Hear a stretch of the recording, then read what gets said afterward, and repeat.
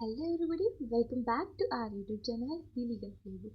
Today we are going to start the next topic in our lecture series भारतीय नागरिक सुरक्षा संहिता 2023। तो इसमें हम प्रोसेस टू कंपेल अपीयरेंसेस में बाकी के जो चैप्टर्स से कवर किया है हमने। यहाँ पे समन्स एंड वारंट जो है ऑलरेडी कवर कर चुके।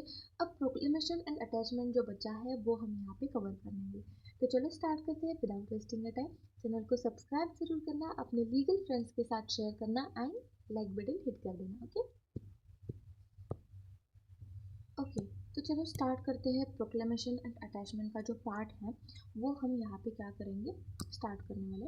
तो देखो, प्रोक्लेमेशन एंड अटैचमेंट का सबसे पहला मीनिंग देखते हैं हम यहाँ पे क्या है। If a person run away, abscond कर रहा है person, court makes a public announcement. यहाँ पे कोर्ट क्या करेगा, पब्लिक अनाउंसमेंट करेगा, भाई वो एब्सकॉन्डेड है पर्सन, तो किसी को भी ये दिखा तो उठा के लेके आना से, ओके। एंड उसका जो प्रॉपर्टी है, मैं अटैच द प्रॉपर्टी, यहाँ पे एब्सकॉन्डेड पर्सन की प्रॉपर्टी अटैच कर दी जाएगी। अब हम 84 में बात करेंगे प्रोक्लेमेशन की। इफ अ पर्सन एब्सकॉन्ड, अगर जो पर्सन है यहाँ पे एब्सकॉन्ड कर रहा है, court issues a written notice, यहाँ पे कोर्ट इशू करेगा, give at least 30 days to appear. यहाँ पे उसको कितने डेज का टाइम देगा, गिव एटलीस्ट 30 डेज का टाइम जो है अपीयरेंस होने के लिए 30 डेज का टाइम यहाँ पे देगा। How it is publish, read publicly, यहाँ पे पब्लिक जो है यहाँ पे रीड कर सके, पब्लिश ऐसे टाइप में करेगा। स्टिक ऑन द हाउस, उसके हाउस के ऊपर यहाँ पे स्टिक किया जाएगा। स्टिक इन द कोर्ट के जो फोरम्स है, यहाँ पे कोर्ट के जो प्रीमाइसेस है उसमें स्टिक किए जाएंगे। मे भी न्यूज़पेपर में भी दे सकते हैं, ओके, कोर्ट के डिस्क्रिप्शन पे। थर्ड पॉइंट है यहाँ पे, court statement is final proof होगा। कोर्ट का जो स्टेटमेंट है वो फाइनल होगा, आप यहाँ पे जाके कुछ ऐसे क्रिटिसाइज नहीं करेंगे। Fourth point, if serious offence more than 10+ years का, यहाँ पे लाइफ 10+ ईयर्स इम्प्रिजनमेंट है, डेथ का क्वेश्चन है यहाँ पे, एंड यहाँ पे लाइफ इम्प्रिजनमेंट है, खूब सीरियस मैटर है यहाँ पे।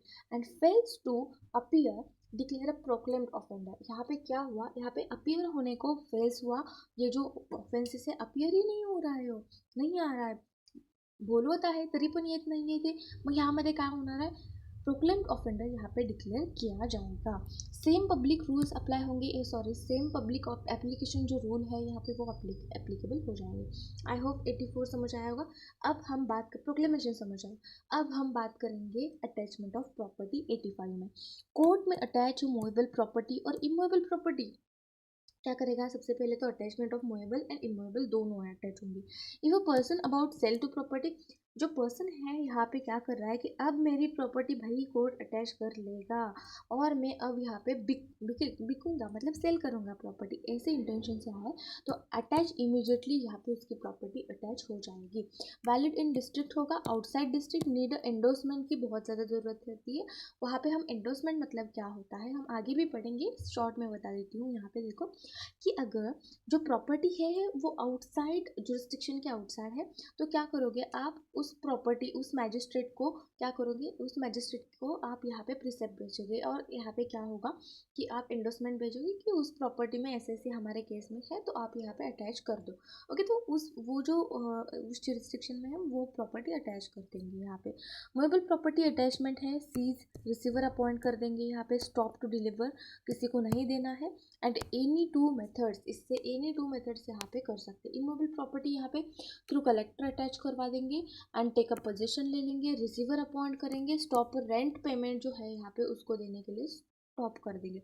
अगर फिफ्थ पॉइंट में क्या बोला है, पेरिशेबल आइटम्स है, अगर यहाँ पे नाशपत जो है यहाँ पे है, मतलब इजीली नाश हो सकते हैं, पेरिशेबल है, तो इमीडिएटली यहाँ पे वो क्या होगा, सेल किया जाएगा। उसके बाद सिक्स पॉइंट है, receiver has same powers as in CPC receiver, जो हमने सीपीसी में रिसीवर देखा है वही सेम पावर्स यहाँ पे है।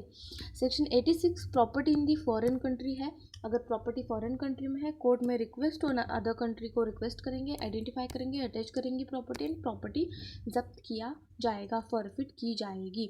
87 में बोला है, क्लेम्स अगेंस्ट अटैचमेंट, अगर अगेंस्ट अटैचमेंट में क्लेम्स क्या है, other person can claim with in 6 month में अगर अटैचमेंट किया एंड मेरा यहाँ पे क्लेम है, ए का अटैचमेंट किया लेकिन ए के प्रॉपर्टी में मेरा भी क्लेम है, तो मैं 6 मंथ के अंदर यहाँ पे ऑब्जेक्शन लूँगी यहाँ पे, and legal heir can continue यहाँ पे कर सकते हैं। File in the same court में ही क्लेम दाखिल करेंगे यहाँ पे। उसके बाद कोर्ट विल इंक्वायर करेगी सच में मेरा यहाँ पे इंटरेस्ट है या नहीं। If rejected file a civil suit, मेरा जो यहाँ पे क्लेम जो है यहाँ पे रिजेक्ट कर दिया, मैं अब यहाँ पे फ्रेश सूट दाखिल करूँगी, सिविल सूट यहाँ पे विद इन 1 ईयर में सूट दाखिल कर दूँगी। 88 में क्या बोला है, रीसेल और सेल। रीसेल और सेल क्या है, देखो इफ़ अ पर्सन अपीयर्स, उसकी प्रॉपर्टी अटैच कर दी, ओके, इफ़ प्रॉपर्टी अटैच कर दी एंड पर्सन क्या हुआ, अपीयर हो गया यहाँ पे, तो यहाँ पे क्या होगा, इफ़ नॉट सेल, अगर यहाँ पे not, if not state gets a property after 6 month, तो देखो अपीयर नहीं हुआ, अपीयर हुआ तो प्रॉपर्टी रिलीज़ किया जाएगा, पर्सन अपीयर हुआ प्रॉपर्टी रिलीज़ किया जाएगा, अगर नहीं अपीयर हुआ तो स्टेट ने क्या करेंगे, यहाँ पे प्रॉपर्टी 6 मंथ वेट कर लेंगे, आता है क्या देखेंगे, एंड प्रॉपर्टी यहाँ पे क्या करेंगे, बेच देंगे यहाँ पे। अनलेस पेरिशेबल हो तो इजीली यहाँ पे क्या होगा, इमीडिएट यहाँ पे सेल हो जाएगा, क्योंकि वो का क्या यहाँ पे फ़ायदा नहीं है ना, उसको बेच देंगे।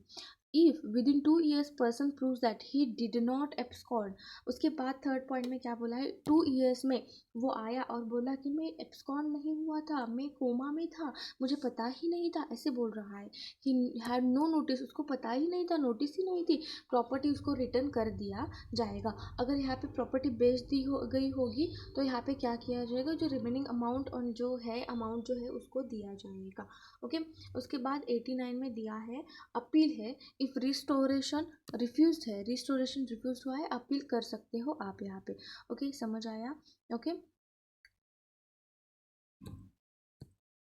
अदर रूल्स जो है यहाँ पे सेक्शन 90 क्या बात करता है, warrant instead of summons, okay.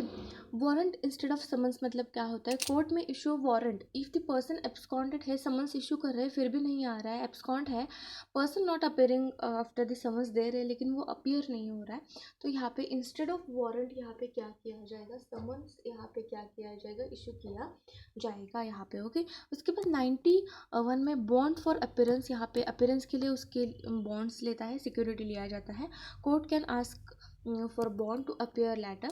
उसके बाद 92 में बोला है अरेस्ट फॉर ब्रेकिंग बॉन्ड, अगर उसने बॉन्ड दिया है एंड यहाँ पे ब्रेक किया तो फिर से अरेस्ट किया जाएगा।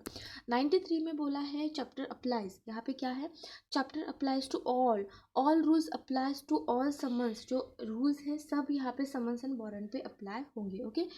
आई होप आपको जो चैप्टर 6 से समझ आया होगा। थैंक यू, बाय बाय, मिलते हैं नेक्स्ट वीडियो में।